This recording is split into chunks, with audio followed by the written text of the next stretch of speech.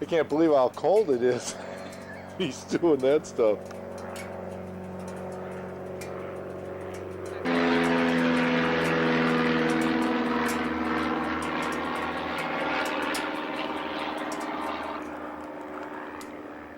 Should turn it on.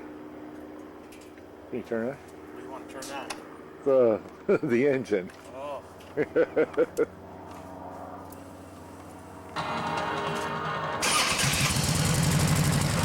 Wow.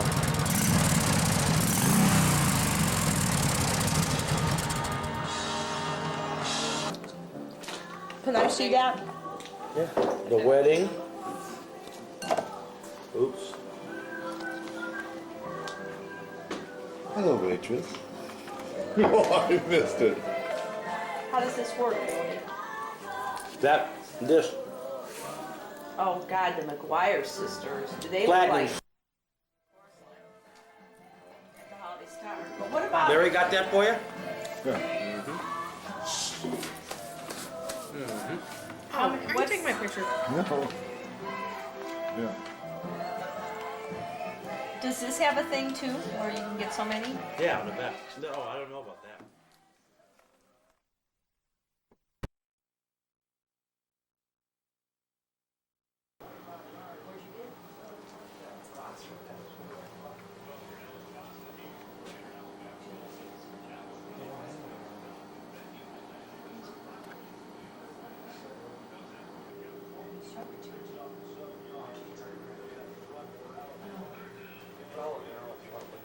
Well, I mean, I just need to see his Austrians for movies. That's service. What do you say, money? This was theirs, but I just want to think you could probably just take a picture and tell me if you got the same style. Oh, it's like all the You see same. him everywhere. Yeah, I would be willing to do that.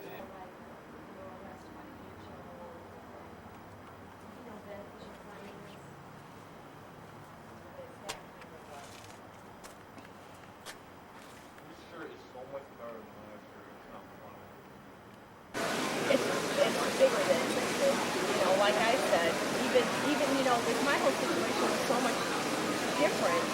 I mean, less devastating. And I don't want to say I mean, I didn't have an earthquake on or anything like that, but it's like, you know, grieving. President of Xavier University since 1991, Father James E. Hoff.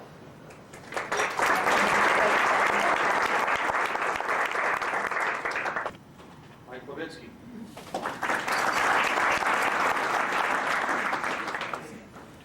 Assistant Business Manager and Ticket Manager for the university, Andy Berry and his wife Jenny. They hold meetings all the time. It's difficult to discern exactly what they're going for sometimes because the direction is simply one thing, and that's win. Everybody has to have a general manager. I have mine. It's my mom. Stand up, Mom.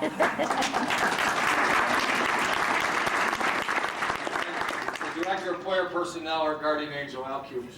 I want to take a minute and introduce the people that are really on the home front. I don't think any person in this room, Jim Dalio and Matt Watson included, had some unbelievable years. But I don't think anybody in this room had a better year than my daughter. Sarah, would you stand up?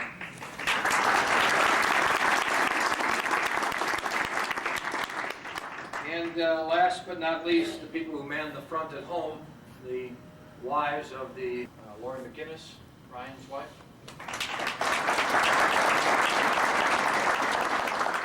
Deanna Regruth, Joe's wife. And my wife for the last 28 years and 1,000 meals by herself, my wife Lori.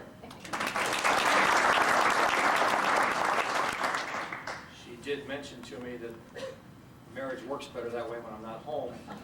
So maybe that's part of the reason it goes well. I want to just take a minute and welcome our new athletic director. He comes to us from Akron University. We're trying not to hold that against him. We're not anything but happy that Mike Levinsky has joined us. He's a baseball person himself, he's a former player and assistant coach at University of Notre Dame. He brings a lot of positive energy to our department, and we want to make sure we give a warm Xavier welcome to our new athletic director, Mike Levinsky.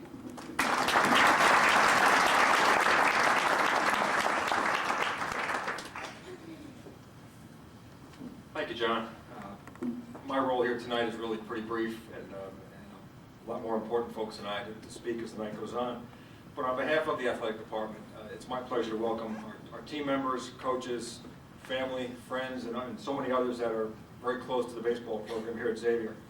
This is an absolutely wonderful turnout. You know, in 20 years now as a player, coach, and administrator in athletics, I've been to a whole lot of baseball banquets.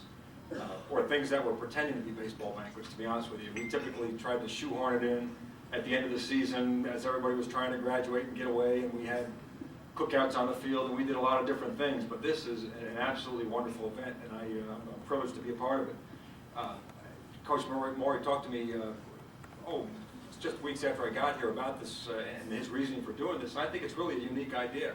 You know, tying in last year's successes, looking ahead to next year at a point in the year when baseball can sort of be forgotten. So I think it's a very nice thing to get back together and sort of raise it back up in everybody's mind. Now, you players, I know, I remember my days. You know, we come out of the spring season, go into summer ball, go into fall ball. The month of November, once in a while, wasn't all bad to get away from baseball for a little bit. I know the coaches don't want to hear that, but this is a nice time tonight to really think about baseball again and again, to recognize some of the good things that have gone on. The other thing that I really like is that we have included an academic component to this banquet. So many times in athletics we focus on just the achievements that happen on the court, on the field, wherever. And tonight to recognize our academic successes, I think is most appropriate, again, certainly at a school like Xavier where that is clearly our priority. I appreciate the chance to even be here tonight and be with you. You know, having not been through a full year and not having seen you guys compete and see a season, this is all new to me. But I will tell you this: I've got some very early impressions of the program, and that's through, again, just some time with Coach Morey, Coach Redruth, and just seeing you guys around the department. And parents, you should be very proud of this group of young men. You know, one day, not too long ago, maybe 2 weeks or so ago, I saw everybody sort of assembling in the hallways, and I said, "What's going on, John?" And the team was off to Children's Hospital to go down and do some work down in the Children's Hospital, which I know is a very, very important thing for the young people that are in that facility. And then last week, we were in the throes of getting out basketball tickets, which is a monstrous job at our place, and it's a good problem to have it be a big job. And when we needed extra hands, it was our baseball guys that stepped up and helped out. So, you know, obviously my early impressions of the program are nothing but positive, and I appreciate the chance to be associated with it. I look forward to seeing you guys next year on the field, and I really, in advance, would like to congratulate all of you that will receive awards tonight, and wish you the best of luck as the years go on. Thank you very much.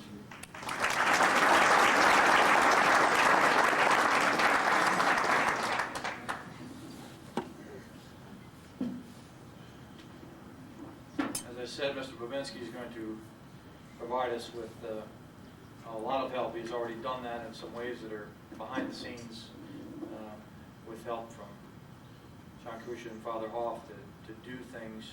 In fact, being here at a nice place like this, those of you who attended banquets in the past, it's been nice. I like to think that this is, you know, one step nicer, and we're able to do that because of the support that we have from the administration. The next thing we want to talk about, just briefly mention, and Mike led into it a little bit, is the community service. I always mention it because I think it's important. We do such a great job. You should see your sons in Children's Hospital and the opportunity that they have to honor with their time those kids who are less fortunate than us, and they really do a great job. Some kids are up there with a broken leg and just feeling kind of blue, and the reality is some kids are not going to ever get out of that hospital. And our kids really do a great job. I want to read you a card that we received the day after our visit. This is from Mrs. Janet Garrett. I would like to thank you very much. Josh really enjoyed seeing and meeting and playing Nintendo 64, whatever that is, with some very fine young men. I would also like to thank you for his hat. He really helped make his birthday special. I would also like to say that these were some very polite, well-mannered, and well-dressed young men. Xavier should be very proud to have them represent their school. We certainly are, don't you think? That's a great job.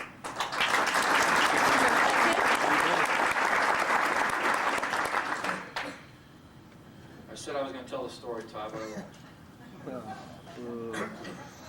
It's a positive evening. It's an inside joke. You have to, well, maybe to be told later. Academic awards. We're very proud of our academic standing.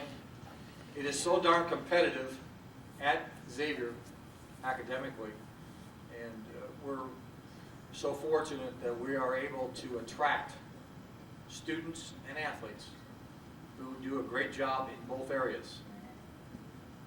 Now, Lord knows we're not perfect in everything, but the effort that these guys have to put forth, particularly in season, is astounding, just astounding. We have a goal as a team to have a 3.0 grade point average or better. In the fall, we had 3.08. In the spring, we were right on 3.0. It came out at 3.05 something, and that's a great job considering all the time demands that these young men have on their academic time. That's a lot of late nights. That's makeups, labs, changing, talking to professors, extra help, getting up early, staying up late, and all that is a credit to people who care enough about their future to do a good job. It's real easy to get it out of balance. Baseball is a little more fun. Sometimes that academics can really be difficult, and our kids do a great job of it. And we're very, very proud that we've had every single kid that has come to the program in the last 6 years. Every single kid has either graduated or is currently in line to graduate, every single one. So again, parents, thank you for your support. You've brought us some fine young people. We congratulate you on your academic success. We have a number of academic awards. We're going to call out these young people, and just for the sake of brevity, we're going to ask some of you to come up and line up over here and stay. Some of you will need help carrying all the awards we have back. But we want to ask Sister Roseanne Fleming to come up at this time, and she will present these awards. These are normally given out the spring event. We're always playing ball, so we take care of it at this time, which is, as Mike said, kind of timely.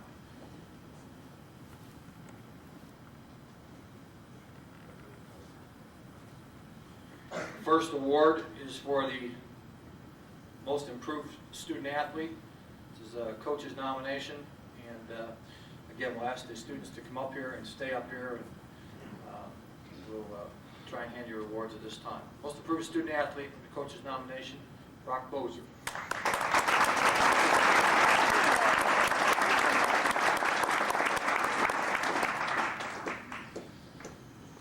This was a scared young man when he came from Minnesota a couple of years ago, and he's doing pretty well. Come on right up, Mrs. Bozer. That's all right. Smile, Brock. That's all right. Athletic directors list, which involves a cumulative grade point average anywhere from 3.25 to 3.49. We have a number of those young men. First one is Ty Brenning.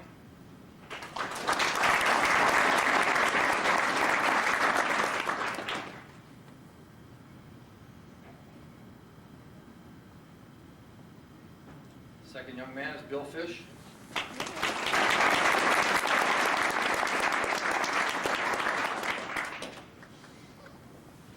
Third young man, Matt Rye.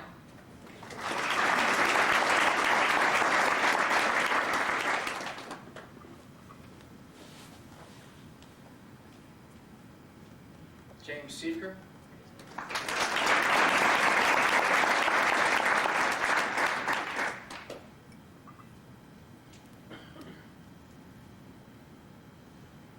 Young man who was a little nervous about this when it all started, but he's on automatic now. He's a great student.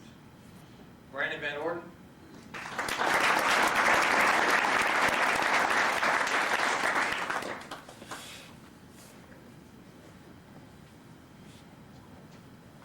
The last person for this category, certainly not least, Zachary Swisher.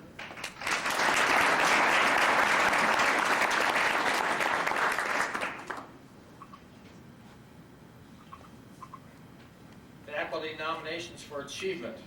A faculty member must nominate you for these awards. This person received 3 such nominations, 2 in German and 1 for math. Jared Cutter. I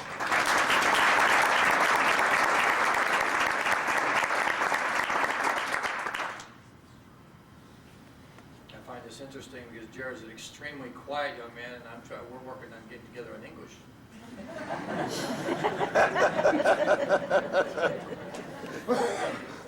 He's a great student. He's done a great job. In theology, this fits perfectly. Mark Madrowski.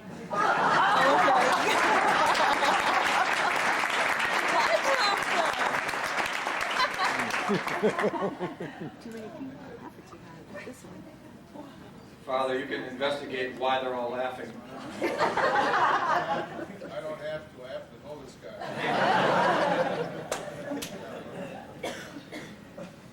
English faculty nomination, James Dowdale.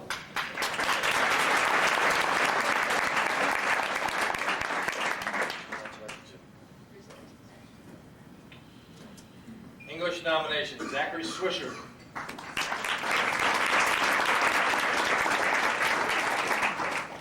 Math nomination, Jared Hendel.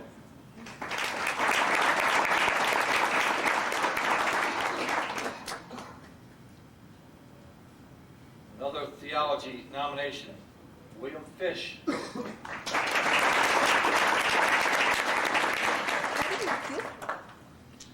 And 2, 1 for math and 1 for Spanish, Brandon Van Orden.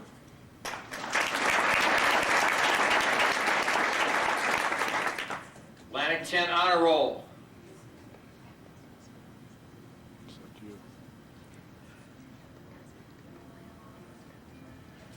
Ty Brennan.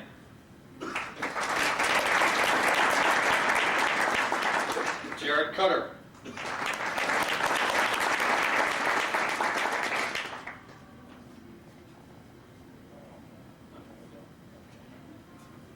Jim Dalio.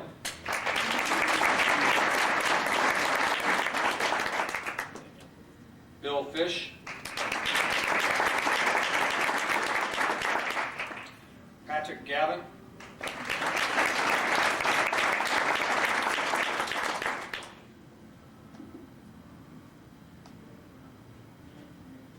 Andy Jenkins.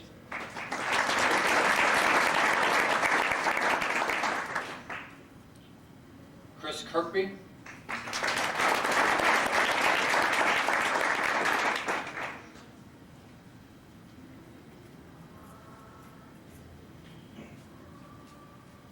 Mark Madrowski.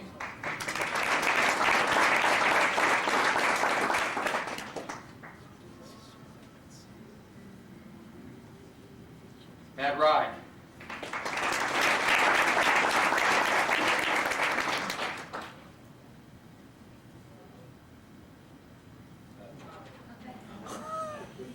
James Seifert.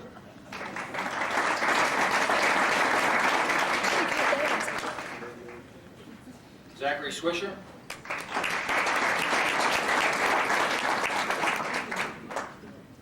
Last person for this category, Brandon Van Orden.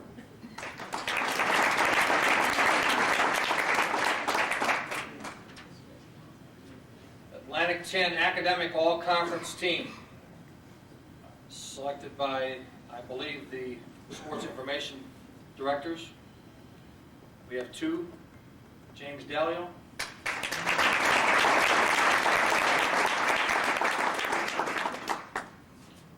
And Bill Fish.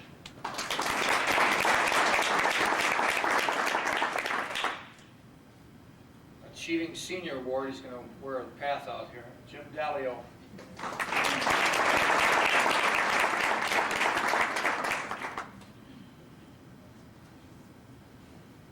We have 2 awards for what we call a Top Team Scholar Award. The first goes to Patrick Gavin.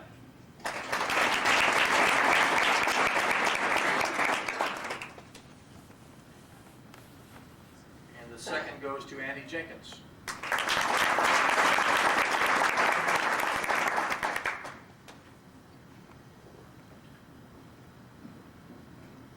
Pretty remarkable, isn't it, all these awards for all these kids. That's about 2/3 of our team, folks, and believe me, the kids that are not up here are all doing well. Dean's List, Jim Dalio.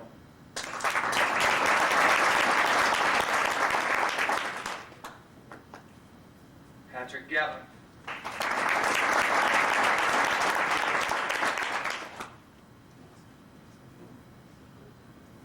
Andy Jenkins.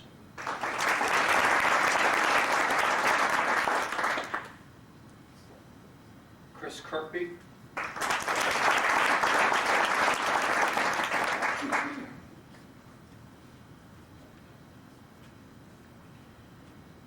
The last person in this category, Dean's List, Mark Madrowski.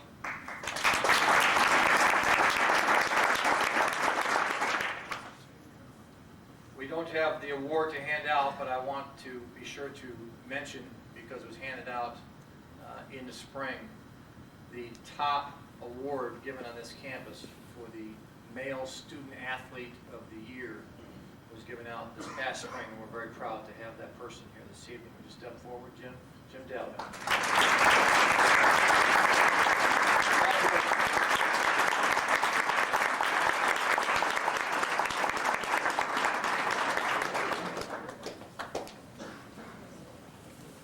Got the grass, put the lines down, and a lot of people that are truly in the background, and you, unless you're around it a lot, some of your parents have made yourselves very available. You've had an opportunity to meet some of these people. We have outstanding trainers, Jody Janicki and Dave Fluker, and our student trainers. And we have one person in particular who works with our baseball program. He has a great deal of experience. He's worked with professional teams. When things get serious, he's the contact person with parents and so forth. The doctor gets them around, takes them to the doctor. This past year, as we'll talk about a little bit later, unfortunately, he almost got mono. We all ran him into the ground with all of our injuries. But he does a great job for us, and it takes a lot of extra effort. It's a part-time thing. He's not getting rich, that's for sure. And we appreciate the fact that he spends quality time. The kids believe in him. The kids trust him. They know what he tells them is the accurate diagnosis and prognosis, and we really appreciate all that he does for us. We want to honor this evening Brett Massey.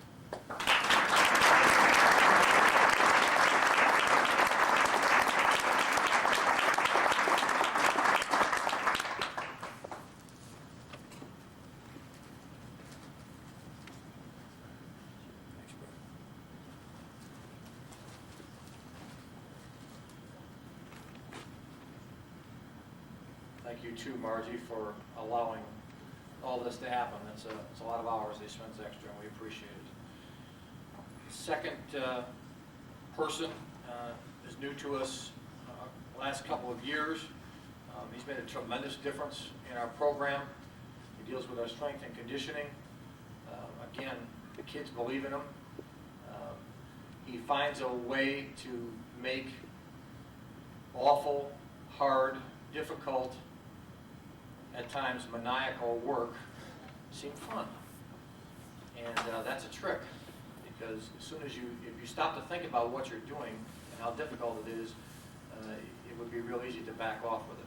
He's made a tremendous difference in our program, and the thing that I like the most is he really, really, really cares. Our strength and conditioning coach, David Armstrong.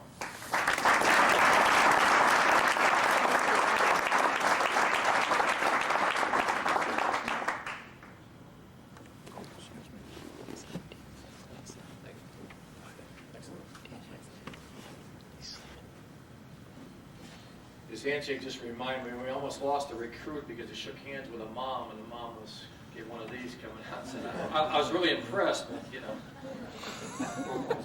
broke her hand.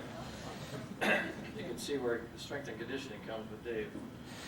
And the last person in the support staff area is here this evening is a person who spent a lot of time with us on the road, took care of the statistics, sports information, and at the same time now is continuing his work in the marketing area. And this young man's going to be a success in whatever he does. Mike Albanese.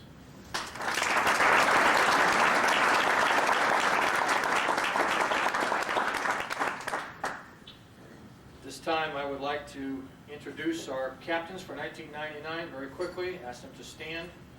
We've got some big shoes to fill with the great leadership we had a year ago when we lost Jim.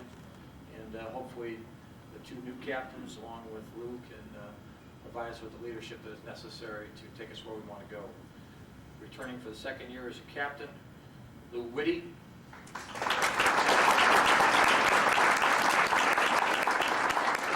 Captains for the first time, Bill Fish and Zach Swisher.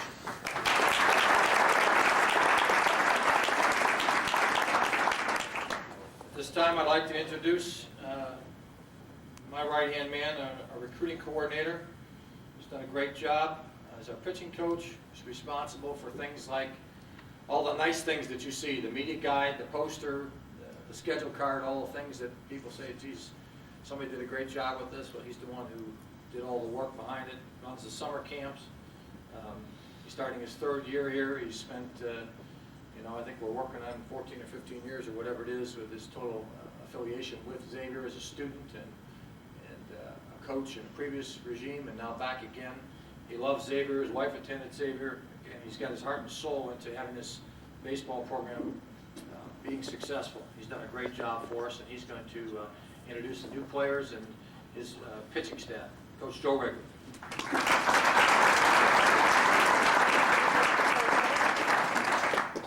Thanks, Coach.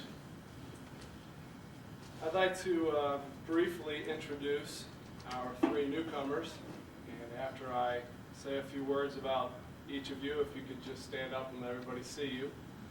Our first newcomer is Ed Bongard, and Ed is a 6'4", 200-pound catcher from LaSalle College High School in Philadelphia, Pennsylvania. And he was a superb athlete back home. He was named All-Catholic League and All-City in football, basketball, and baseball. He was also voted by one of the Philadelphia newspaper's high school columnists as the top male student athlete in Philadelphia following his senior year of high school. We think he's going to be a very good player for us. His work ethic and his attitude leave us very excited about his future. We think Ed's going to do a great job for us. Ed Bongard.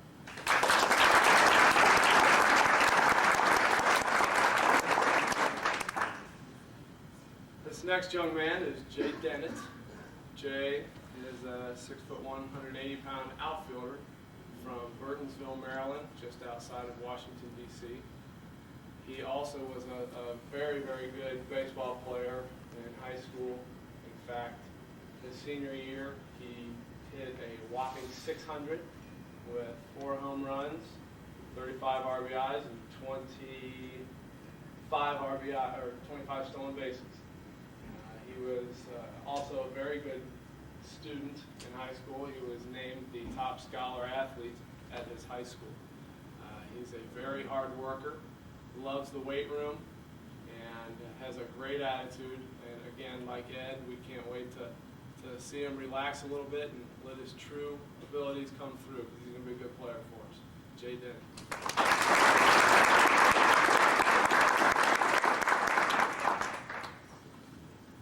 Last but not least, our third newcomer is Greg Wiggers, a right-handed pitcher from Crestwood High School in Manaway, Ohio. Yes, there is a Manaway, Ohio. It's just outside of Cleveland. Greg was also a very good scholar athlete in high school. He maintained a 4.0 GPA while playing a number of sports. And for his fine play on the baseball diamond last spring, he was voted first team All-State for his exploits. We can't say enough good things about Greg on the field and off. He's going to be challenging for a lot of innings early in his career here at Xavier, and me primarily, but we all on the coaching staff look forward to working with Greg all year and for the next 3 years. So, Greg Wiggers.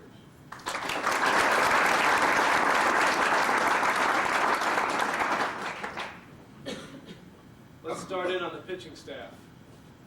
After I talk about you guys a little bit, if you would come up and get your awards. Let's start with Jeff Barger. Jeff is a right-handed pitcher from Baden High School here in Cincinnati and from Hamilton, Ohio. Lots of times, lots of programs give their freshmen the opportunity to ease their way into college baseball. Not us. We put our freshman guys right into the fire. Jeff started the season as our number 3 starting pitcher and pretty much stayed there all year. He had his first 4 starts of his career were against very formidable opponents, all on the road. He started against Western Kentucky, at Western Kentucky. Then he followed that up with a start at Austin Peay, which ended up being his first college victory. And just to show that this was an easy thing, he chipped in a double, a scorching line drive down the right field line, if we all remember correctly.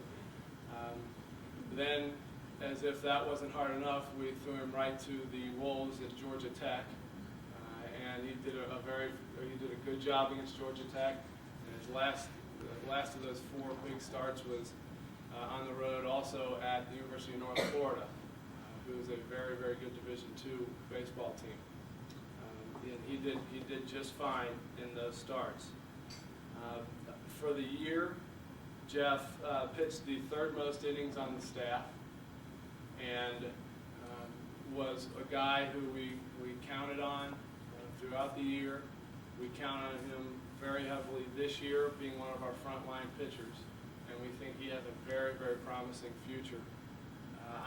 We all on the staff think that coming off of the summer that he had, where he led his summer team, one of the local summer teams here in town, to a national championship, that his confidence should be riding high, and he should be ready to get going come January.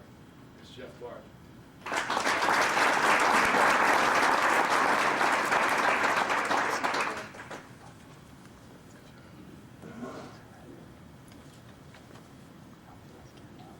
This next young man, if he needs to, he can stand on a chair so we can see him.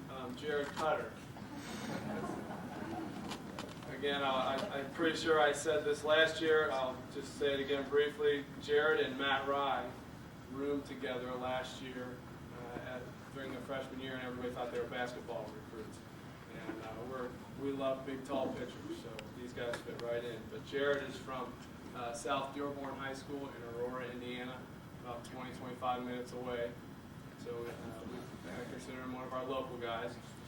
He too was thrown right into the fire, pitching in each of our first 3 series, including a 7-inning outing at Georgia Tech, during which he too pitched well against the nationally ranked opponent.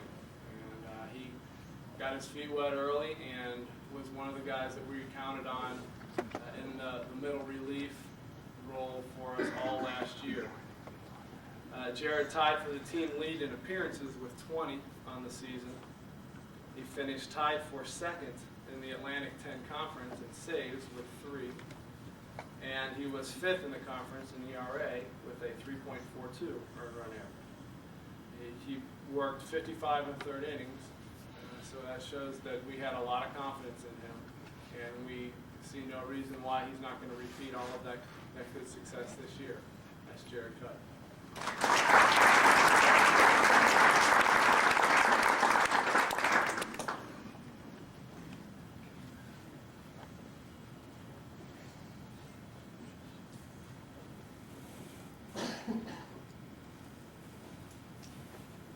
Matt Rye, right-handed pitcher from DeKalb High School in DeKalb, Illinois.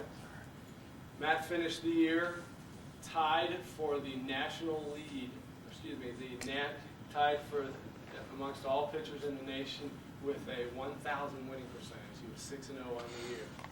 And I don't know what else you can do, but we hope you repeat your success.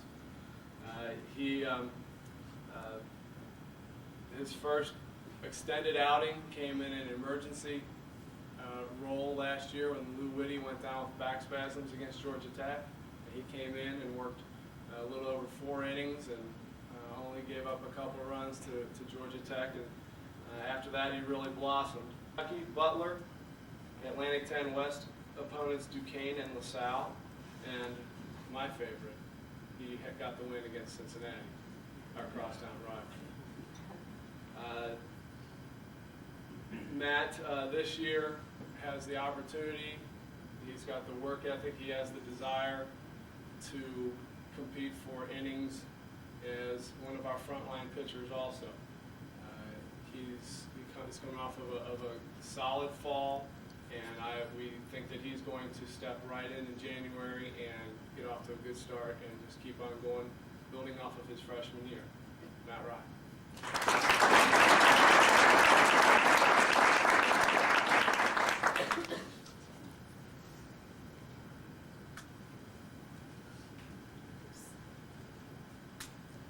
Next pitcher is Jim Bolio. Jim is on a team full of hard-working guys. Jim is at the top, and this fall everything fell into place for Jim. He had a number of good outings in a row, and I attribute that as much to his perseverance over the years, to his improved ability to throw a breaking pitch and his changeup for strikes at any time. As you know, as everybody knows, when people suffer some disappointments, it's easy to back off a little bit, and Jim never did.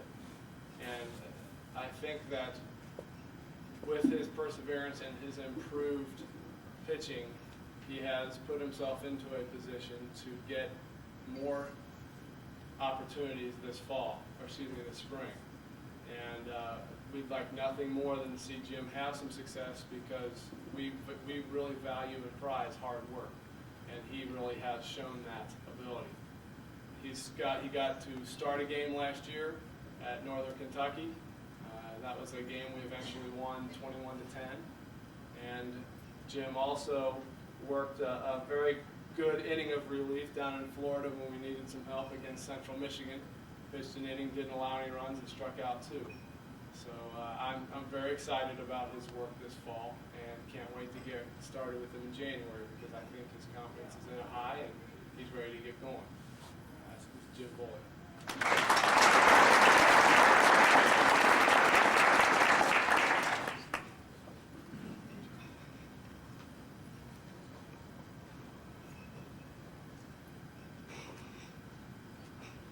James Siefker.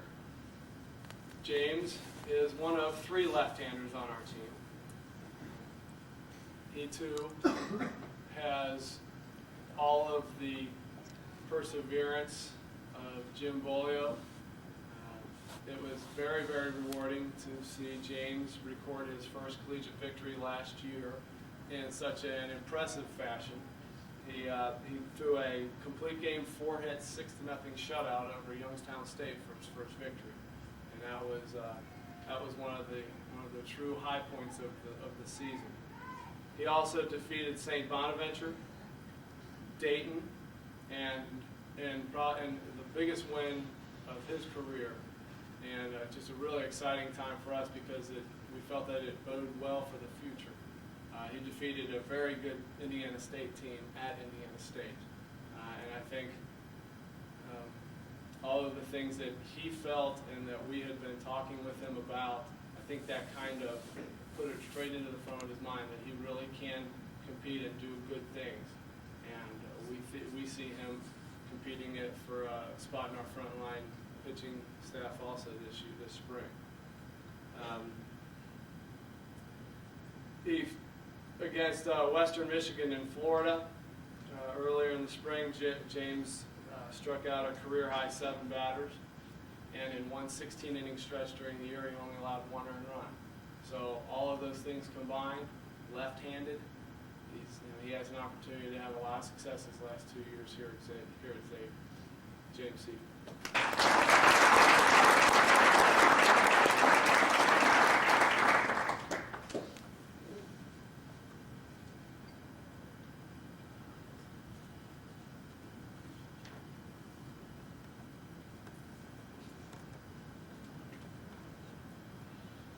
Brock Bozer. Brock tied Jared Cutter for the team lead in appearances last year with 20. And he won 3 games, defeating Austin Peay, Bowling Green, and Northern Kentucky. And last year, Brock really found his niche in the middle to late relief role, pitching an inning or 2, getting left-handed batters out, and then coming out, and then being able to pitch again quickly. He did a very good job in that role. He's one of the biggest competitors, the best competitors we have on our team, and it's really grown with him over the years. And probably the best example of his competitive nature came when he worked 2 1/3 innings against Eastern Kentucky at Eastern Kentucky. The very next day we had a doubleheader against Cincinnati, and Brock worked a little bit in both of those games also. And he had thrown a lot of pitches against Eastern Kentucky, and he didn't have a whole lot left, but he never wavered. When we said, Brock, go get loose, I mean, he jumped up and he was ready to go. And we have a lot of guys like that, but when you're dealing with being tired after working, throwing that many pitches the day before, I mean, that was pretty special that he was able to get up and give us his best effort back-to-back games against, again, my favorite, Cincinnati. This fall, Brock had suffered some elbow problems, and he and Brett have been working diligently to speed up his recovery.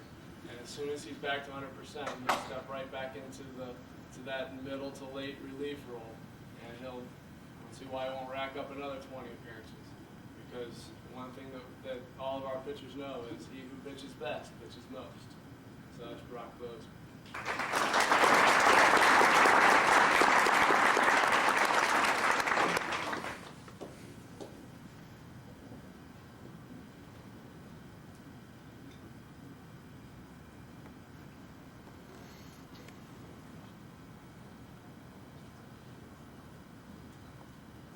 Next pitcher I'd like to introduce is Patrick Gavin.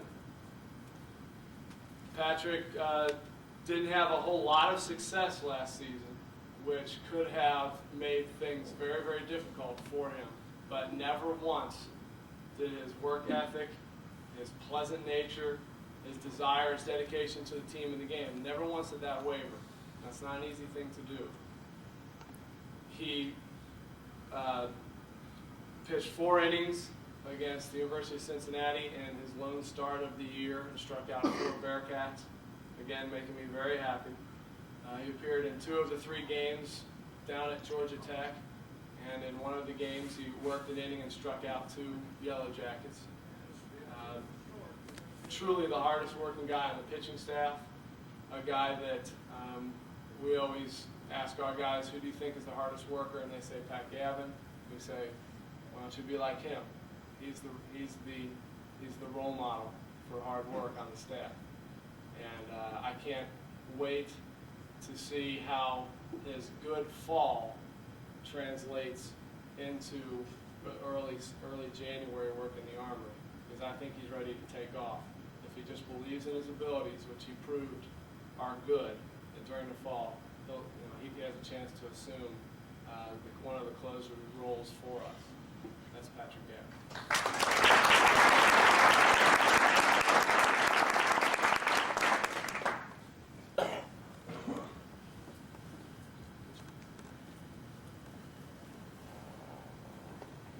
Lou Whitty, second year as a captain. He is really looking to repeat the success that he had of his sophomore year. Last year was certainly not a disaster, but what it did was point to how good his sophomore year really was. And he will again be our #1 guy. Everybody in the conference knows it. Every team, every conference team that we ran into this summer recruiting mentioned to us that, oh yeah, when we knew that Lou was pitching the first game, our guys were pumped to face Whitty. I mean, he's the returning conference pitcher of the year. And you could really see it. Against Lou, everybody's at the top of their game. And then the second game of the series, they were still working. And then that third game, they had lost a little bit, and that's a true credit to Lou and his abilities. Everybody was gunning for him. Last year, he finished in the top 10 in the conference in earned run average at 3.89, and he led our staff in a number of categories, including innings pitched, opponent's batting average, wins, strikeouts, starts, pickoffs, and strikeouts looking. One of the many highlights last year, but one of the earliest highlights on the year was Lou was the winning pitcher in Coach Morey's 700th career victory at Austin Peay on February 21st.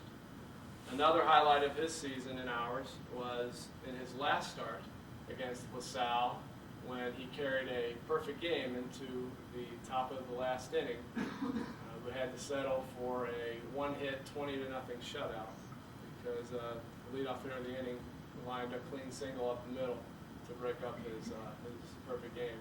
I know I shouldn't have called the pitch that call. But again, we really count on Lou heavily this year to lead our staff, and we think he's primed to have another sophomore year all over again. Lou Whitty.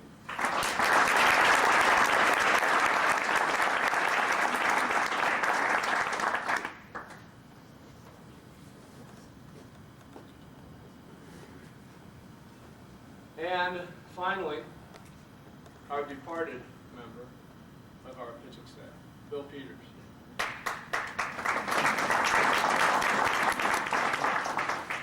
A 4-year member of the pitching staff, Bill finished his career as the all-time leader in games started at Xavier University. He was third in appearances in a career and fourth in innings pitched. Last season, Bill earned a victory over a very talented and hard-hitting Troy State team down in Florida, and he also defeated one of our Western Division rivals, Duquesne. Against IUPUI, he struck out 7 in 4 innings, and versus Virginia Tech, he struck out 6 Hokies in 6 1/3 innings. And in perhaps his best outing of the year against Dayton, he carried a no-hitter into the 6th inning, only to walk 2 guys in a row, and felt we needed to get him out. But he pitched very, very well that day. The best thing about Bill, there's lots of good things, but the one that sticks in my head most is the fact that he could throw all day, every day, and he never turned down the ball. And that's something that's very important, because pretty soon you realize that you're not going to be able to pitch forever, and you want to maximize all of your opportunities, and he never turned down the ball. As he finishes his degree this semester, we all on the coaching staff feel that Bill's going to be successful in whatever he chooses as his career. We're happy that you came back. Bill Peters.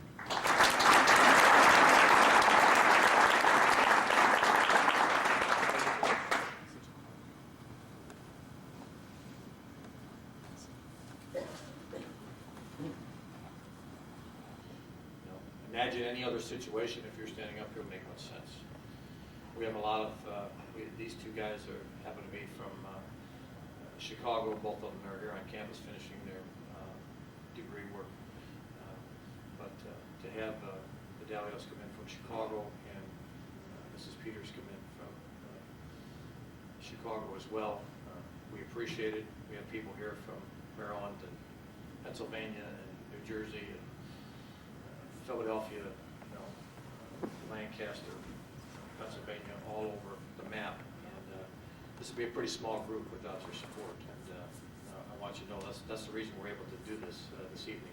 And when it all comes together, it's beautiful like it is tonight. But it'll never be that. It'll never have the same tone without the parental support and the seniors coming back. Our next job is to introduce the left hand, so to speak, and it's okay to be left-handed since I'm left-handed and he's left-handed. Second member of our coaching staff deals with base running and the bunting, works with our defensive players as well. Avery helps us recruit in the summer, helps run our camps with Coach Redruth, works on the field, which is an unbelievable task, with about 65 games in that field in the summer. And he handles that. He's entering into his 4th year with us, did 2 years as grad assistant, and now as teaching English at Northwest High School. We came within a whisker. We almost lost them. It's their loss, but it's our game. They decided to choose somebody else. They're going to wake up over there pretty soon, and whether the other guy fails or not, somebody's going to snatch this guy. We're not going to have him forever, but he's going to make a great high school baseball coach. He can coach anywhere right now, and he's done a great job for us, and we appreciate his work. Ryan McGinnis.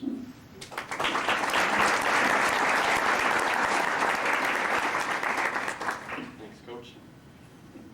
I want to start tonight, before I introduce the players, there's a saying that I read one time, and it goes something like this: you can consult all the maps in the world, but until you travel the road, you never know the route. And I want to use that before I start. That's just a fancy way of saying that experience is the greatest teacher, because the first 3 guys that I'm going to talk about were freshmen last year, and the 3 guys, or actually the first 4 guys that I'm going to talk about were freshmen last year, and the 3 guys who are freshmen this year are kind of facing it this year.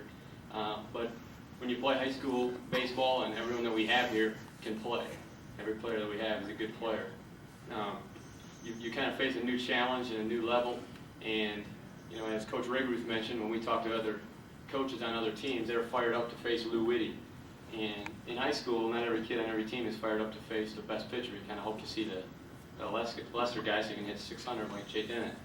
But I really think that the freshmen last year learned a lot and really did a good job handling some of the adversity that they encountered, and not only help on the baseball field in their next 3 years, but it'll help in their lifetime, and you know, be a great asset to them. The first player that I want to talk about is an outfielder, Brandon Van Orden. Brandon really came in and did a great job. We were expecting him to be pretty good defensively and have to work a little bit with the bat and get stronger, which he needed to do. And he started out hitting pretty well in the fall of his freshman year and playing pretty good defense. And like all freshmen at some point, and all players in baseball at some point, you hit that point of adversity, and he went through that and handled it pretty well and didn't get a whole lot of playing time during the season. And that's hard when you're playing a lot of games like we do, day in and day out. You're not getting some playing time. And he really stayed as a team guy, as all these guys have, and rooting for his teammates and working hard in pregame, which when you're not playing in the game, it is your game. And he did a good job with that. He got a lot stronger. He made a great catch that I wasn't there to see because it happened in the Southern trip.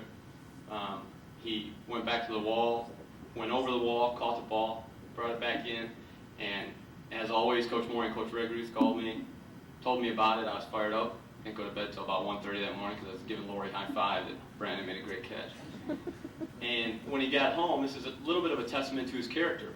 I said to Brandon, I heard you made a great catch. He said, yeah, I did, but I didn't go about it exactly right. And he wasn't trying to toot his own horn in a back way. He was just saying I drifted a little bit and I kind of got lucky that I ended up making it and didn't miss it by a wink. And in life, when the difference between perfection and mediocrity is so little, it's always better, we think, as coaches, to strive for the perfection without driving yourself crazy. And that comment right there meant a lot to us as coaches, and is going to be one of the reasons that Brandon's going to be a success at this university. He really came back this fall ready to go, and his throwing arm was significantly better, and his defensive play is very, very good, and is going to give him a good opportunity to contribute in that area. His bat, he's improving on, and he's still getting stronger with Coach Armstrong, and we're looking forward to another 3 years with Brandon Van Orden.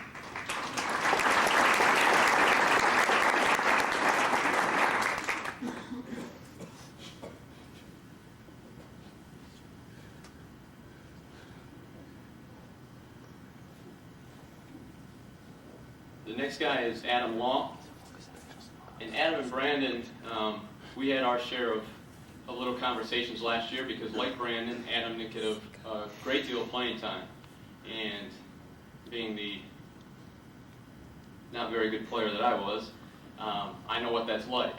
So, we had our talks, and I think what those two focused on was, instead of looking as a negative, they stayed to be team guys, and they realized that when they do play, they're going to appreciate it that much more, And they understand now what they may not have understood a year ago, that it does take all of us to make a team.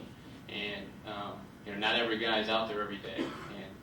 And sometimes when we're being recruited or when you're doing well in high school, I mean, he hit a ton in high school, and you always think you're going to step in and take the college baseball by storm, and that doesn't always happen.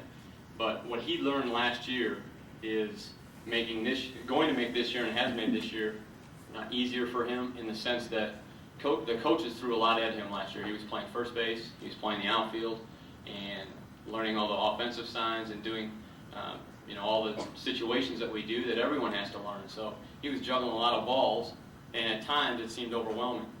And the thing that we had to continue to concentrate on is that he was seeing this game as something that was fun. And this fall, at times, it really looked like, okay, now it's starting to get fun again, and it's not overwhelming. And he's a talented guy that is right now in line to be in our starting lineup opening day, and he's going to be a good offensive player, and like a lot of guys, just needs to relax and let his ability shine, and not press so hard, because he wants to do so well, so quickly, so badly. And we're excited to see him going. One of his highlights last year was he stole 3 bases in a doubleheader against Youngstown State to help us sweep that. And again, that's a testament to his physical abilities as well as all the hard work that he's done. So Adam Long.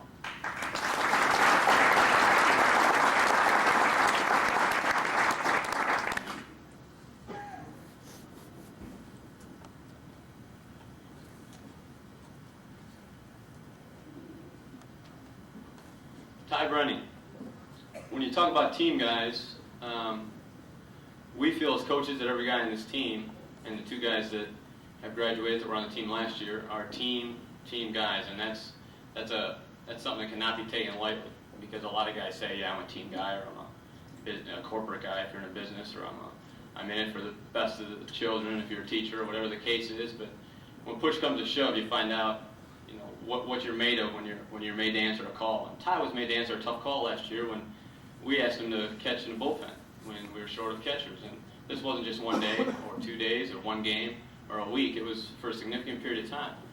And in doing that, you're sacrificing. In Ty's case, he was sacrificing some ground balls that he'd have been able to take, or swings that he was be able to take in the cage.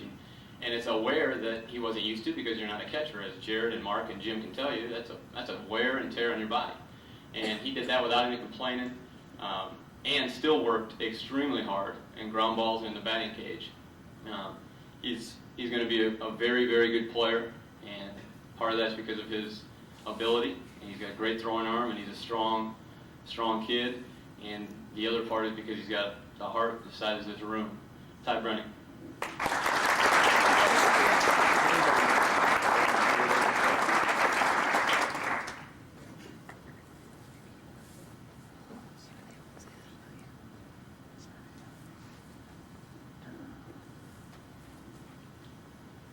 Jeff Crandall. Jeff came in as a freshman. He's a very quiet individual, and kind of experienced something that all of us never want to experience, and that's going into something and not being 100% physically able to do something. He had a back injury and wasn't able to compete at his full potential. And that's hard, because number one, you're trying to impress the coaches, but just as importantly, you're trying to impress your teammates, because you want to show them you can play and you're going to be a contributor to the team, and you're not going to be a weak link. And he handled it as well as anyone could be expected to handle it, did what he could, and tried to learn in the process, both shortstop and second base. And the way that he played this fall and the understanding that he had of both positions was definitely a reflection on what he put up here last year when he wasn't able to do everything in the fall. In the spring, he played at times and did pretty well at times, but wasn't as consistent as what he wants to be or as what we want him to be. But he did come up with some big games. He had 2 games where he had 3 RBIs. One was against Virginia Tech, which was a big conference game. He's 3 for 6, 3 RBIs, had 4 assists, 6 putouts, and made Coach Morey look great. Put him in the lineup, as all good players do. And he really, really did well this fall. He hit the ball well, had a lot of RBIs, and did a great job defensively. And because he's healthy, he's smiling, he loves it, and he's doing well in school, and he's a pleasure to be around. So Jeff Granel's going to be a good player for us.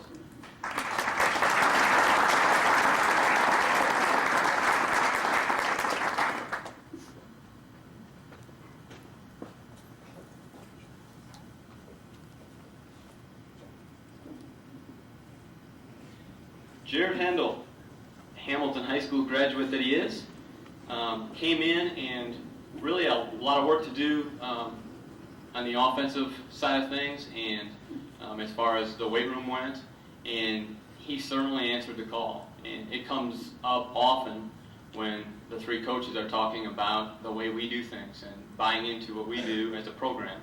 And Jared simply did what Coach Morey taught him in the cages, and worked and worked and worked and worked and worked and worked on his swing, and got better and got better and got better, and was patient, didn't try to do too much too soon, yet continued to work. He's got a great sense of humor, which is always a good thing as long as it's kept in line. And last year, by someone else's misfortune and injury, Jared was able to play, and he caught 39 straight games. And really did a good job. Had 219 chances, 3 errors, was only charged with 1 pass ball, threw out 14 potential base runners.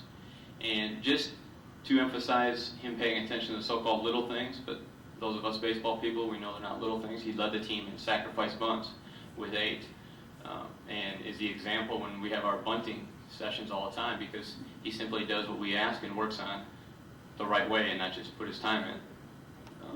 Jared Hendel.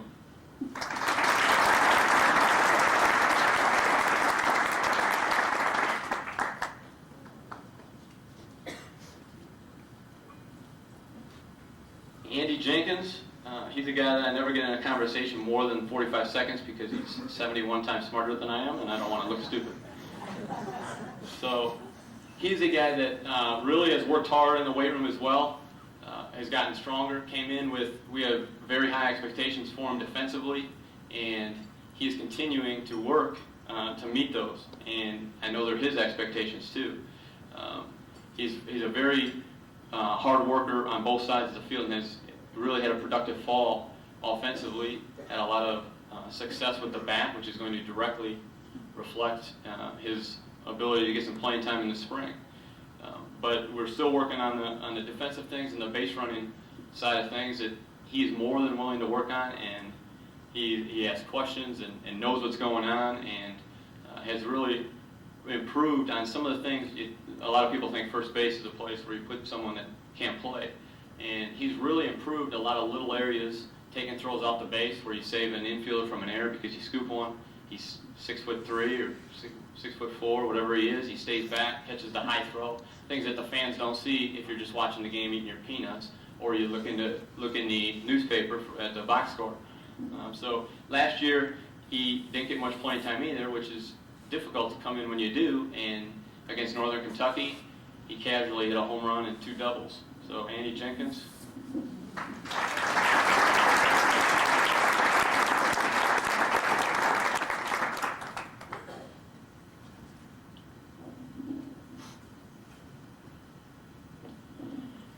And the last guy that I'm going to talk about is a guy in every area of life, whether it's a movie or you're into watching plays or a concert, if you want to hear someone sing, you want to go and you pay money to see someone or a group of people entertain. Well, I think this is someone that baseball people would pay to watch hit, and that's Matt Watson. He has got tremendous bat speed that even the casual baseball observer, when you look at him, say, wow, it's unbelievable. You don't have to have the eye for talent, so to speak, to notice it. But what makes me as a coach more proud, and I know the coaching staff, and I know from talks with Matt, what makes us most proud is the way that he's taken things defensively. And part of that is because he's had great examples as teammates in the outfield, and the other part is because of his decision to make up his mind to say, yes, this is an important part of the game. Hitting is probably the most fun to me, but the defense is important. His defensive game has gone up significantly since he came in as a freshman. His throwing arm is so much better, it's not even funny. And the first day of the fall, I pulled him aside and I said, Matt, the one thing that we have to do, because he's such a go-getter and a competitor, is we have to make sure that because our throwing arm's better, we don't try to do too much. And if he doesn't try to do too much, he's going to throw out his share of base runners. And not only that, he's just going to wipe out the third base coach from waving the runner if the ball's hit to him. Just his judgment on balls is a lot better. He's confident out there because of his work. Coach got a call this summer from Matt and asked Matt, how's your defense going? Matt said, oh, I had an assist and a near assist, but the ball was dropped, or the call was missed. I forgot what the detail was, but just things like that where him sharing that shows his importance or how he puts that on his priority list. But a few of his stats, we have to talk a little bit about some of his stats. 387 he hit in the Atlantic 10. He was first or second on our team in 7 different major categories: slugging percentage, on-base percentage, hits, RBIs, doubles, home runs, and total bases. He hit he hit 387 on the year, which was 6 in the Atlantic 10. He had 483 in Atlantic 10 games. I was only off about 100 points or a little less than that. 93, something like that. 96. He also hit a home run at Georgia Tech that's probably still going. And though, no matter, you talk to statisticians, and they can, I'm butchering this last, and they can chop up numbers however you want. If you talk to them, they can make numbers look good. But this last number was really unbelievable to us as a staff, as he had 434 with runners in scoring position and had only 10 strikeouts the entire season in 147 at-bats, I think it was. And that's just simply, no matter how you chop that up, that measures down to one word, and that's production. Matt Watson.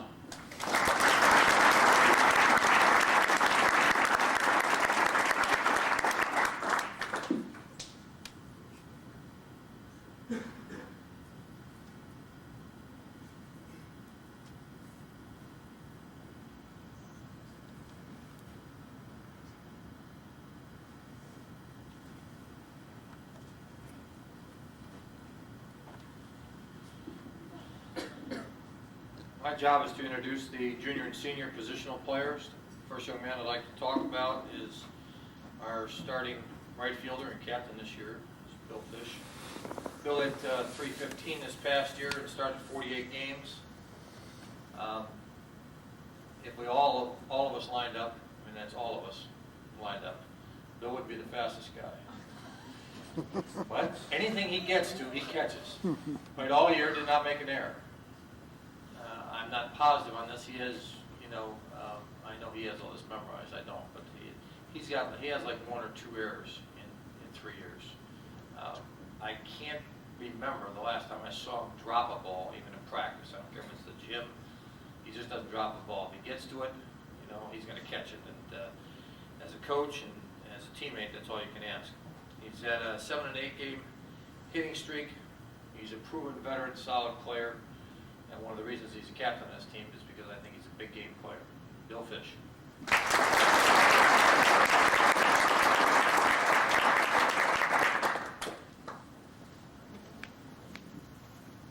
He didn't forget to wear his ring tonight either. Rod Hampson, our starting third baseman. He led the team in games played, 52. Tied for the third on the team with 34 runs batted in. The reality is it wasn't quite as good a year as he had as a sophomore. The reality also was that he played all year with an arm that was sore, and played with it, couldn't take him out, and his foot bothered him all year, never complained. And lo and behold, we find out that he manages to have an extra bone growing in his foot. Now, I don't know how you do that, Rod, but he did that. Rod has just completed some surgery. He's on his second leg outfit / cast. He's in the middle of a 10-week recovery. He's going to be fine. He's probably a little bit unnerved about it, but we'll call him Brett and tell him he's going to be okay. Doc says everything's going to be fine, but you wonder why your foot hurts. Well, I guess if you had an extra bone growing, I guess it would hurt, So Rod's been a very steady player for us. The reality is he's a great example of a young man who's simply, like coach was talking about Jared Hendel. He simply tries to do what you ask him to do. He's had great success doing that, and he's going to have a great senior year. Rod Hampson.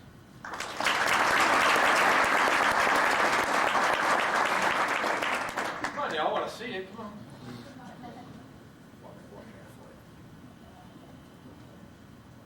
No, we're teasing you. We'll get it back to you. It's the last time Coach McGinnis will wait on it. Our third young man is starting shortstop for the last 2 years, Chris Kirkby. He fielded an amazing .951 and made only 2 errors in Atlantic 10 play. Hit .353 in the Atlantic 10. Hit .293 overall with 12 multiple hit games. He's an intelligent player. He's one of our leaders in the infield. And he's such a good fielder, the kids call him Smooth. Chris Kirkby.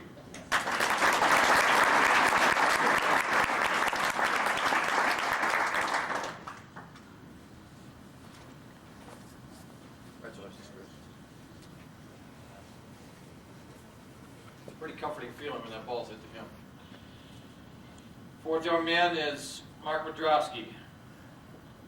Mark has had quite a tale, really, and it's been hard. He's had, 2 years ago he came in with the opportunity. It was, we were looking for a world war on the playing field in the fall. Jim had just come off a fine year, and Mark was ready to challenge him, and Jim was raring to go, and so was Mark. And Mark had a freak injury. He tore pectoral muscle and chest muscle, if you will, and basically missed all year. It's very difficult for him. Comes back as a junior, comes back, plays 12 games, and is doing well. Swings at a ball. The ball does not hit his bat. Doesn't hit him, and he breaks the hamate bone underneath the wrist line. I've never had that in 29 years. Okay, swings, misses, breaks the hamate bone, is out for the year. He's just been unfortunate. This kid's a great talent. He's going to do well. I think when you see him play, you're going to appreciate how good he is. I think this is his year. He's worked very, very hard to be healthy. He's probably seen almost as much of Brett as Marty has in terms of the time in the rehabilitation work. And he's healthy. He's looking forward to a great year, and I think he's going to have a great year. Mark Wodrowski.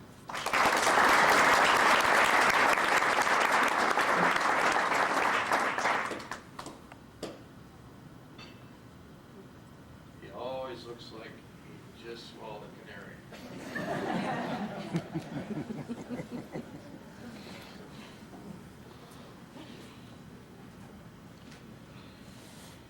Pretty good, by the way. Remember, Mark was the guy up here getting all these academic awards. You know, when you're going through a bad time, it's pretty easy to stick your head in the sand. He didn't do that. He did a great job with his school. Fifth young man is Mike Skuglik. He's been our starting center fielder for the last 3 years. Second year at center, third year as an outfielder. He's also a closer as a pitcher for us. He had .367 in Atlantic 10 play. He led the A-10 with 4 saves.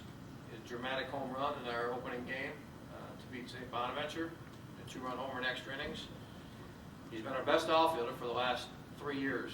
And I think in talking to Mike, there's a few things that he's worked out for himself that just have to do with concentration and so forth that I think are going to lead to him having a great year. If we could just take things one at bat at a time, right, Mike? One play at a time, one at bat at a time. This kid's a great competitor. Mike Skuglik.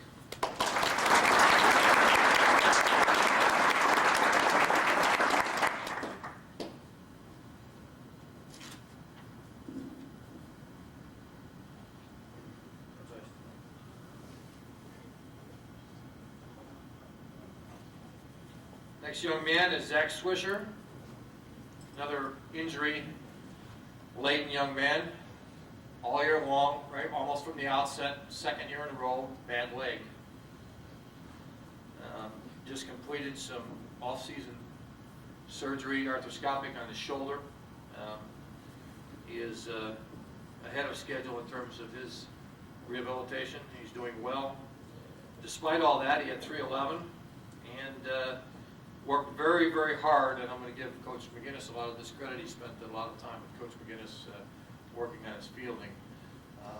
He's only got hands about this big, and he made 7 errors all year, and that's a great job. And has really, really worked hard to become a fine defensive player. He's a captain. He's a winner. He's a tough kid, Zach Swisher.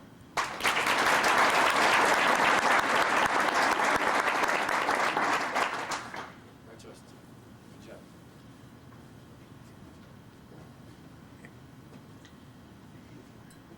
Sarcasm runs deep in the program. He just said, I'm not giving you too much credit. He just said that Coach McGinnis. Our last and certainly not least is our retiring, if you will, senior, Jim Dalio. He's finishing his degree work here with student teaching coming up. He had 386 in the Atlantic 10 and a slugging percentage of 649. Now, if you don't understand those numbers, anything over 450 is good. 649. He led the team in 6 offensive categories, including hits, runs batted in, home runs. He's the second all-time RBI leader in his career with 187. Had he not almost knocked his finger off twice, he would have shattered that. He too had a ball come up, about ripped the tip of his finger off, and had it happen once, and then just got it healthy, and then had it again, which is hard to do. But also, it's also hard to have 43 career home runs. He's the all-time home run leader at Xavier, 43. He's a great leader for us. He's been a great player, Jim Dalio.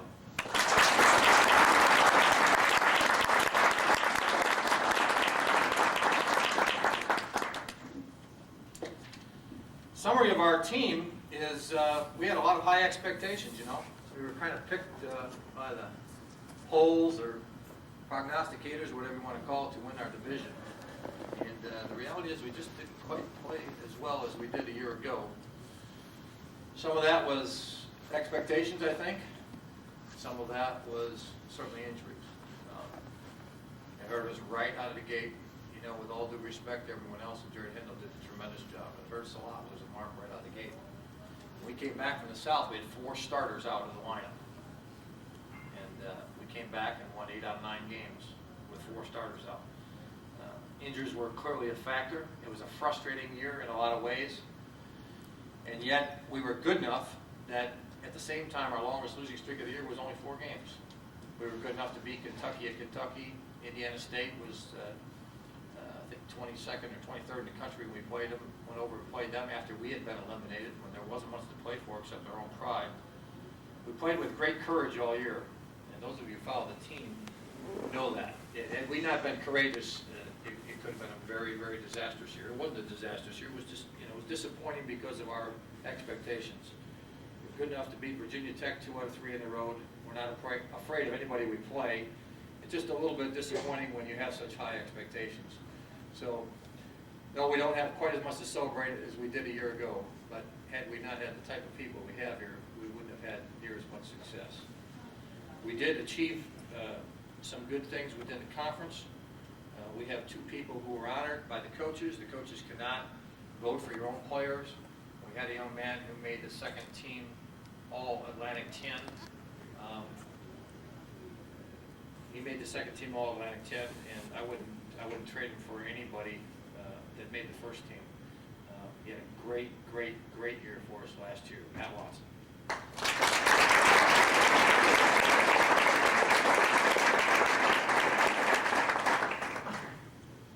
Not just saying hi, Matt. There's an award.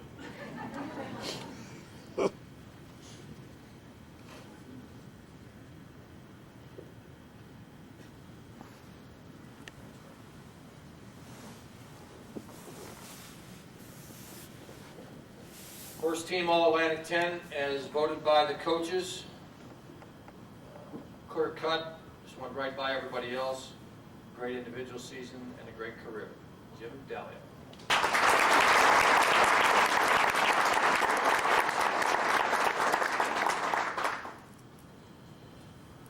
We hand out some special awards. The coaches vote on these. We have a few awards we hand out each year. The first one is what I call a Teammanship Award. And that means the guy who is able to put his situation in the background and put the team at the top. It's not easy to do when things aren't going well for you personally, and day after day after day after day, you're thrust into that situation. This young man handled it magnificently. It was unanimous. It took us about 2 seconds. Patrick Gabb.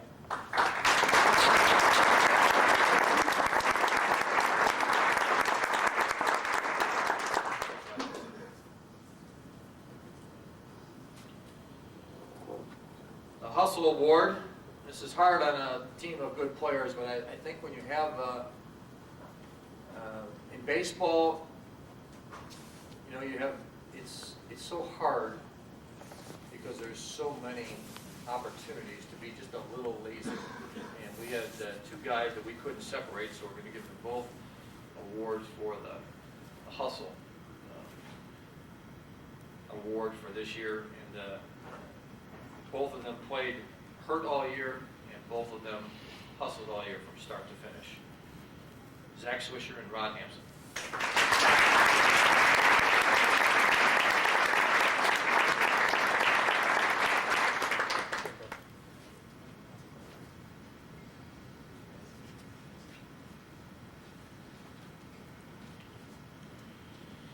The most improved pitcher. That means any person on the team, any pitcher on the team, from the day they start to the last day of the season.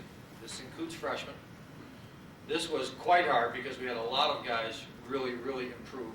Coach Redwood was giving you some statistics before about some freshman pitchers who did unbelievable things for their age and pitched very, very well. But we decided on one young man we thought was just improved just a little bit more.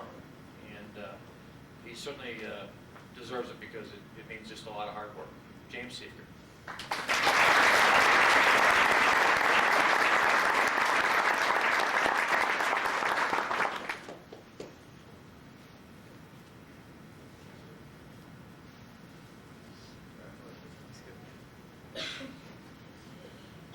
Most improved, whoops, we did that. No, we did. Most improved positional player.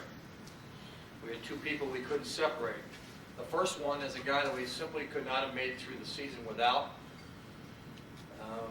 The expectations weren't very high, but if he hadn't come in to play well, it not only would have been a difficult season, it would have been a disastrous season. He played very, very, very well for us with no experience. And he's turned himself into quite a good player. Jared Hednell.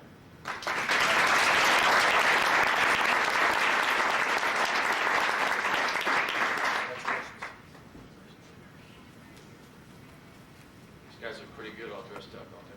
Not bad. Not bad. Not bad. Usually he's got cut off sleeves, hanging out, showing his arms. Looks good in the suit. The other young man, most improved positional player, you just can't take away what he did statistically because it was overwhelming. And he'll have to be careful this year that he doesn't try to outdo that statistically. The improvement from one year to the next is amazing. Matt Watson.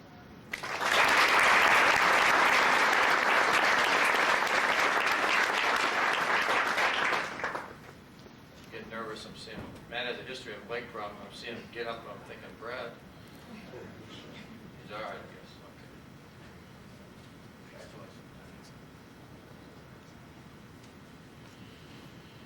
Gold Glove Award. This is always hard because you can go by percentage, but the reality is some positions are more difficult than others. Some positions have more chances than others. We had our best fielding team at Xavier since I've been here. Fielded very, very well. We had a lot of guys who played well. We couldn't separate guys again.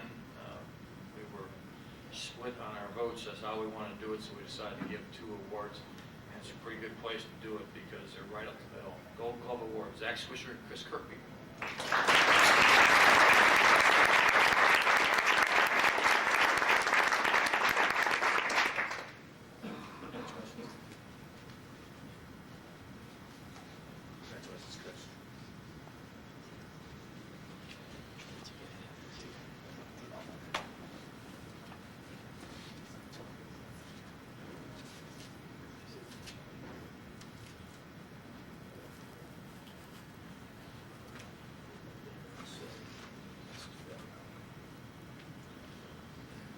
want to call our two seniors up.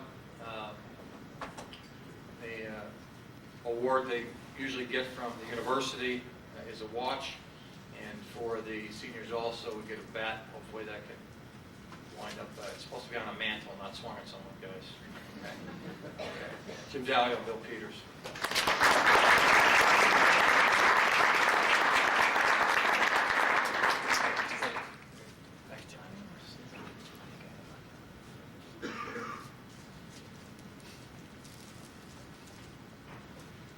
We're nearing the end. Hang in there. We're running pretty much on time. The most coveted award for a person affiliated with this program that is not a player is what we call the Musketeer of the Year award. I've referred to Sister Roseanne being a recipient of that award a year ago. It's for the person who works in the background, doesn't look for a lot of glory, pats on the back, very often all except the players are oblivious to the fact that he or she does a great job for the program. This person has been a standout for us. I know that the kids will agree that the Musketeer of the Year is Dave Armstrong.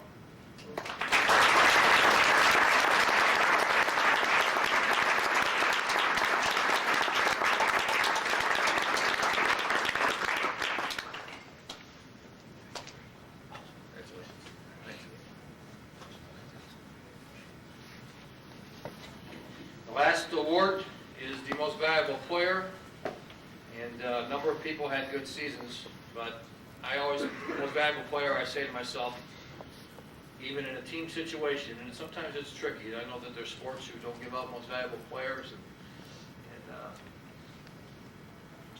I think because as long as we take this award the right way, I always say to myself, what one player could we just couldn't possibly have done without?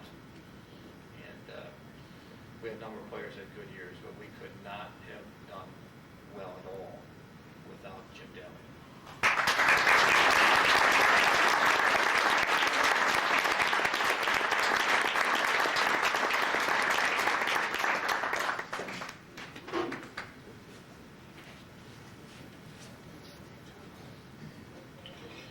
Our forecast for this team is pretty good. We've got a senior veteran team.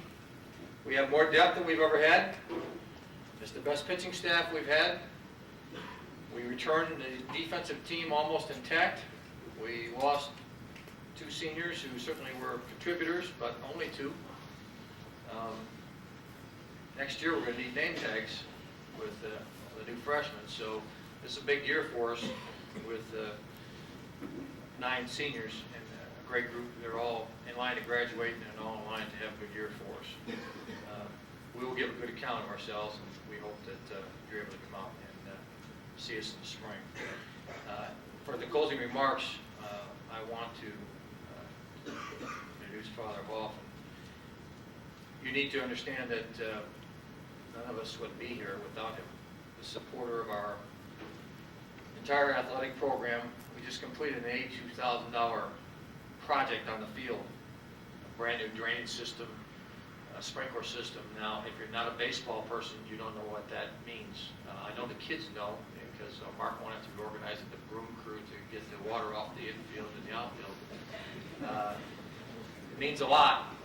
It's a better facility. We have put lots and lots and lots and lots of money into this field in the last 6 years, and that comes as a direct result of the commitment that Father Hoff has made to have this be a top-flight baseball program. Everyone in this room is a beneficiary of his commitment to excellence in baseball. And Father, all of the coaches appreciate the opportunity to work for Xavier University. Father Hoff.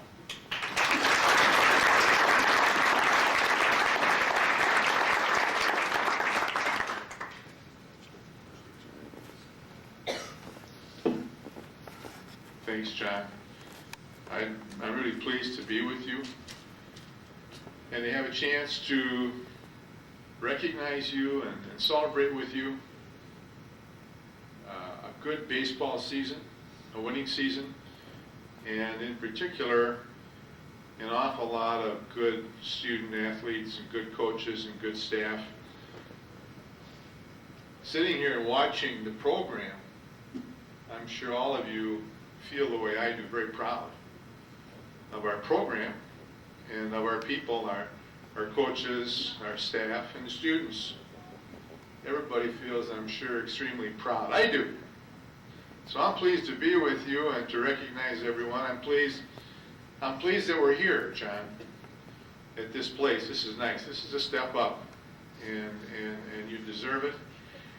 And I'm so pleased that parents are here, and family members, and friends. I'm pleased the Xavier staff is here, sitting around here at different tables, and former staff members, Dave Howitz and Mary, pleased that you're here. So I want to thank you all for your presence and for your support of Xavier University and of Xavier baseball. I could go through, but I won't go through. In a way I'd like to go through, but I won't. And congratulate everyone all over again, because you're worthy of so much in the way of congratulations on the fine job you're doing as student athletes at Xavier. I read today, again, the statistics, your academic statistics, as well as your baseball statistics. Sister Roseanne compiled a thick book of statistics, academic, for all the student athletes at Xavier, all the sports. And baseball is just outstanding. You who are playing baseball are just outstanding from an academic point of view. With your team GPA, I think you had 3.11 for 98 for this team. And so many of you have really achieved at a high level. 4 of you between 3.5 and a 4.0 average, and 7 more between 3.25 and 3.5. And as you said, everyone is doing well. It's really a thrill to see that, because I know your baseball schedule is nuts. You're gone so much of the time. You play so many games in the spring, and you're gone so much of the time that to keep up and to achieve academically at the same time is a real tribute to your dedication. It's a tribute to your intelligence. You obviously, there are a lot of talented people here, a lot of talented students, not only in baseball but in academics, because you've been able to master both. And I'm very impressed with that. Your team and individually. And in baseball, well, let's talk about as human beings. Just watching you, looking at you tonight, seeing you around campus, hearing about you, knowing about your academics, knowing about your baseball. Everybody is very proud, and I'm very proud. And I'm terribly biased on behalf of Xavier students. Students that get in trouble, I don't care who they are. I'm terribly biased, and you make me very proud. And as human beings, and some of you have had exceptional careers in baseball. I'd like to thank the 2 seniors, Jim Dalio, Bill Peters, for your years here, and for all you've done. Jim, you've had a tremendous career. You look like Mark McGuire, don't you?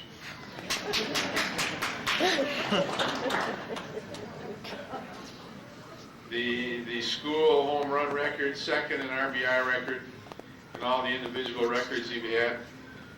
And Lou Whitty, you've got one more year here, and you already have the school record for victories, I believe. In 25 and 3 years, you have the school record for strikeouts already, 253 in 3 years. So it'll be interesting to see you stay healthy this senior year, how you'll add to that. Your career has been extraordinary. And Matt Watson, you've been pointed out a number of times tonight, been recognized as an all A-10 player. And I could go on and I won't go on and on, but really great careers you've had, and in particular you seniors, thanks to you for the good work that you've done here. John Murray, 726 victories in 19 years.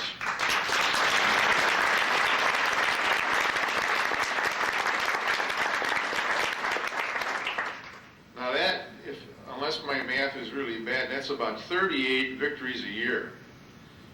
And I was asking you about this before, and you said, well, we played about 80 games a year. That's not true. That's an amazing record, really. 726 victories and averaging 38 victories in 19 years. That's marvelous. I'm glad you had your 700th at Xavier, but that's a great record. And the other coaches pitching in with that, Ryan, Joe, that is marvelous. Our goal at Xavier, of course, is that the mission of the university is realized in each student. And the mission, as you know, is that you leave Xavier saying, I had a superb experience, I couldn't have had a better one anywhere, because I know that I'm prepared intellectually, morally, spiritually. I've grown in all those areas of my life. I've grown intellectually in my area of expertise, my major. I've grown in my general education. I've grown morally. I have a better idea of who I am and where I stand and what's good and what's bad and how you find out what's good and what's bad. And spiritually, whether you're Protestant, Catholic, Jew, Muslim, no formal religion, you leave here with a better idea of who God is and His Word to us about life, and you've deepened your relationship with God. And then you leave here with the desire to work for the betterment of society. That's the mission of this place, to prepare you intellectually, morally, spiritually, to take your place in rapidly changing global society, and to leave here with the desire to work for the betterment of society.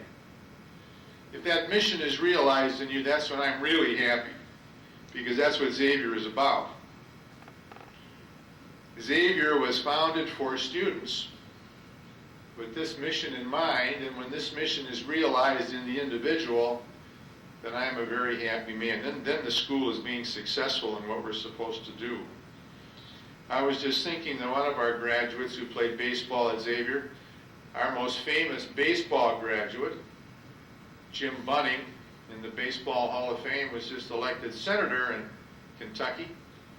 So that's his way of contributing to the betterment of society. And this morning, I had a visit with an alum whom some of you may remember. She played basketball here at Xavier and graduated 4 or 5 years ago, Monique Green. And she's teaching and coaching over at Covington Holmes High School in Kentucky. She's teaching math. She was a math major.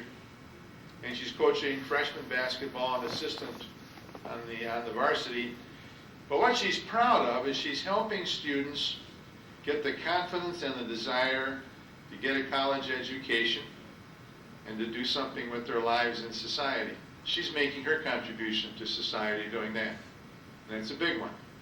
She was telling me about some of the young students that she's gotten interested in math. That's her specialty. And they're gaining confidence in themselves and a desire to go on and get an education and do something with their lives. That's huge, isn't it?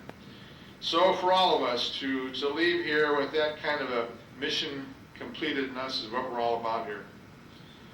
Again, congratulations to all of you. Dave Armstrong, congratulations to you. Every team thinks the same way about you. I could see you got a great round of applause here tonight from the men on the baseball team, and I think everybody feels that way. You're doing a great job for us, Dave. And congratulations to all of you. This ought to be a terrific year in baseball. You're continuing to succeed academically, and I don't want to put any pressure on you, but you probably have a lot of confidence in yourselves, and you probably do pretty well, is my hunch. You have a chance to do really well, don't you? And so it should be fun. It should be a fun way to spend your college doing that and studying. And my best and congratulations to all of you.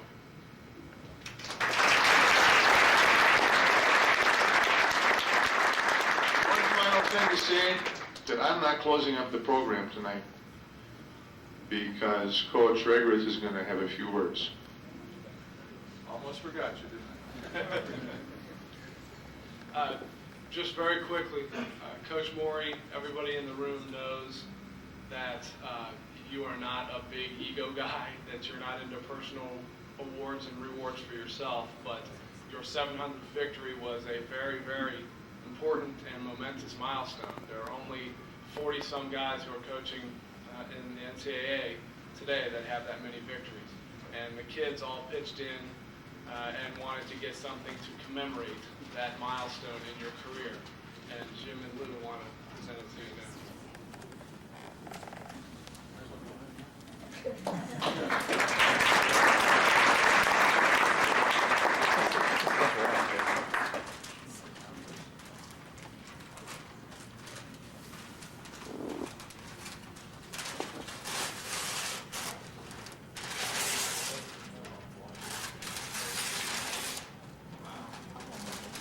Oh, yeah. Oh, that's very nice.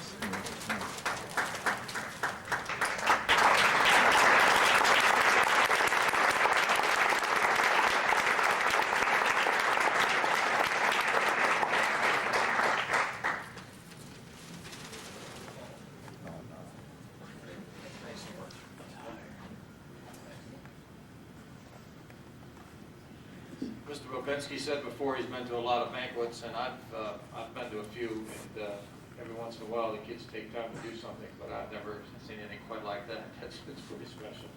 On behalf of my family and the coaching staff, I certainly appreciate this nice award. It means a lot to me. It means a lot, especially coming from you guys. The good news is the program's over. It's a cash bar right outside. I hope you stick around, if not for no other reason, to shake hands and wish each other well. I know a number of you, if you made the effort to come to this banquet tonight, I know you'll be looking forward to come down and enjoy the sun and watch this fine team play in Florida. That information will be coming out shortly, and we look forward to seeing you all again. Without your participation, this banquet wouldn't be possible. It's been a great evening. Thanks a lot.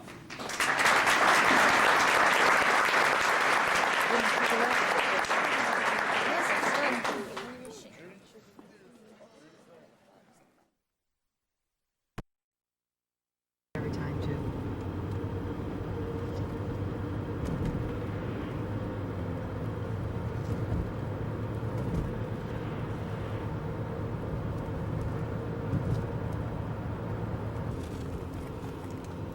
Do you have that thing on? Yeah. Why?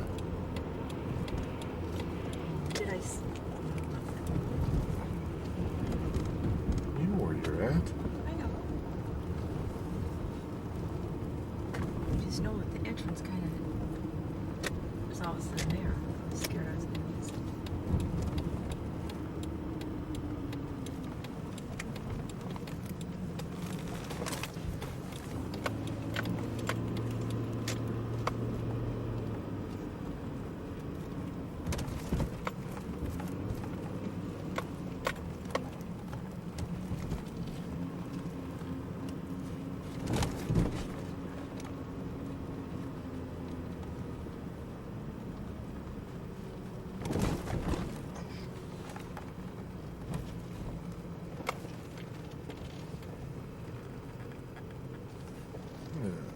How you like that?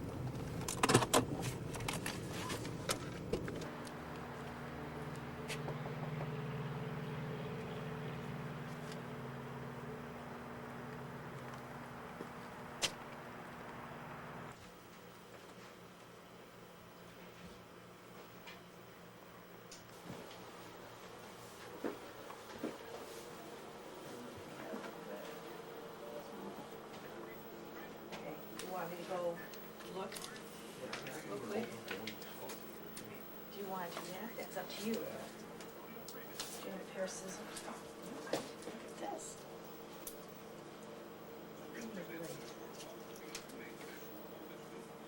That Dad brought.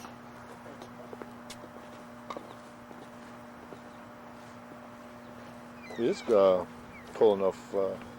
Keep it outside, that's for sure.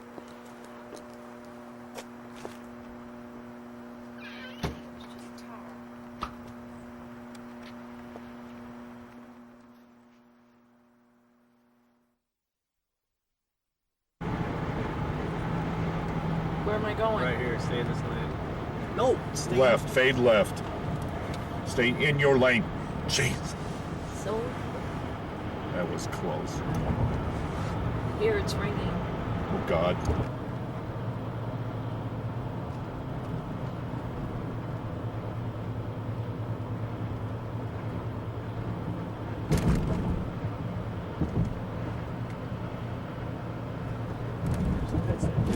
Look expensive.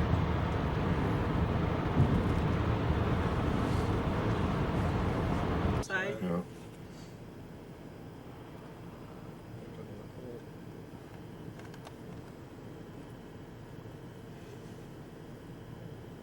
Go, go, go,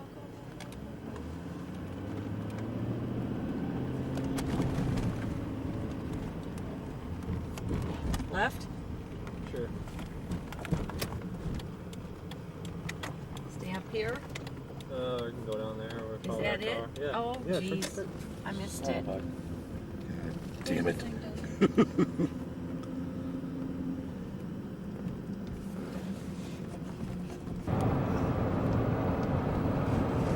Is Amy home?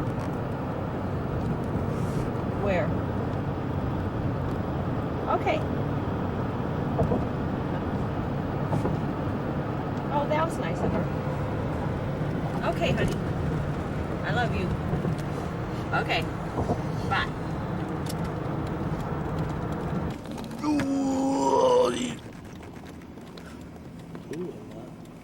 Mom, go ahead. Get out. Stay in the right lane? Hello? Yeah. Greek Fest? No talking.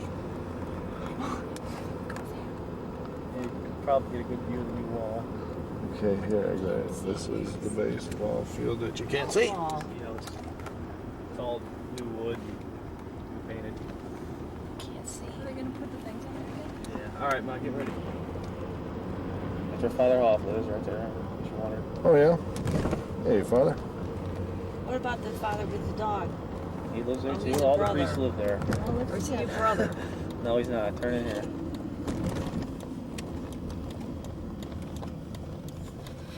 And you suck.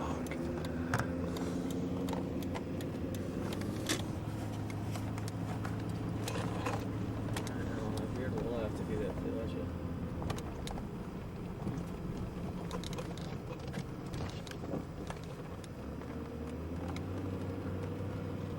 Oh yeah, how about all that new Wow, stuff, huh? this is, what are they gonna do there? This is where the new stadium's going. Oh my, right on the campus. That's nice, huh? See, I mean, like, imagine how pissed off you'd be if you lived here. Oh You yeah. cannot park anywhere near here. All the parking is way up there. No way! Oh That's my god! that's your first storm. This is the second sophomore. one right here. Like, remember they had all these, they had tennis courts right there? Uh-huh. You know, they're all- see ya. Well, they got a long way to go still, huh? Yeah, they got the groundbreaking ceremony was February. This is all they've done.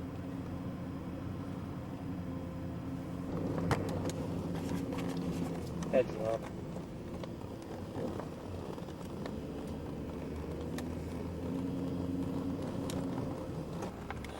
Yeah, our house went right Oh my goodness! Look at all these pumpkins. They sold pumpkins in here. Did they make any money? Back on. 'Cause they got- Karen, watch where you're going. What am I supposed to do now? Go left. They're tearing this building down right here, the University Center. Oh yeah. Why? They're gonna build a new one with like fast food restaurants and stuff on it. Is this like your union? Yeah. I'll take you in there. Right? Yeah, So I didn't know. Bookstore closed? What, they towed it? Oh, they put the boot on the car that's parked right there. What's the point? Stand. Oh, Hey, you know what a boot is. It's Hey. like the thing they put on tires so you Hey. can't drive it. get closer together. Get closer together and say, "Hi, Nana, Papa." I don't let him see that. Hey, say hi to my mom and dad. Hi, Papa.